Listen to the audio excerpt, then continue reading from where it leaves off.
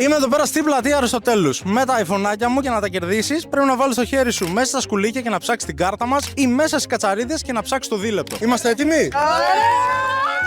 Να, ορίστε. Τέλεια. Έλα.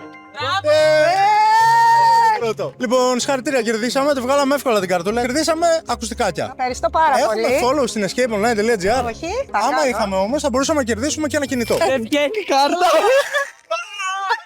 Φαίνεται, το έχεις. Α, τέλεια και χρειαζόμουν. Ο Αριστοτέλης λοιπόν κέρδισε. Έχουμε follow στην Escape Online. Όχι. Άμα είχες follow στην Escape Online, θα μπορούσες να κερδίσεις και ένα κινητό παρέα με τα ακουστικά. Yeah, you can do it, you can do it. Ερικά. I'm gonna give you a power bank and give you a free screen protector and case for your phone. Για πάμε ρε Θεόφιλε. Δώστε. Πάμε λίγο. Μια καρτούλα. Πολύ δυνατός ο Θεόφιλος. Για φέρε ένα δωράκι ρε Χριστό. Ένα πληκτρολογιάκι. Wow. Κύριε Θεόφιλε, έχουμε follow στην Escape Online? Όχι. Άμα κάνουμε follow, μπορούμε να πάρουμε μία θήκη και ένα τζαμάκι δώρο. Ωραίος. Πάμε. Έλα πάμε. Πολύ δυνατή είσαι. Πάμε. Αυτό εδώ λοιπόν είναι δικό σου. Ευχαριστούμε πολύ. Ήταν πολύ δυνατή η προσπάθειά σου. Πολύ δυνατή. Να ξέρεις, ανεβαίνουν πάνω σου. Καλός ήσουν, ωραίος.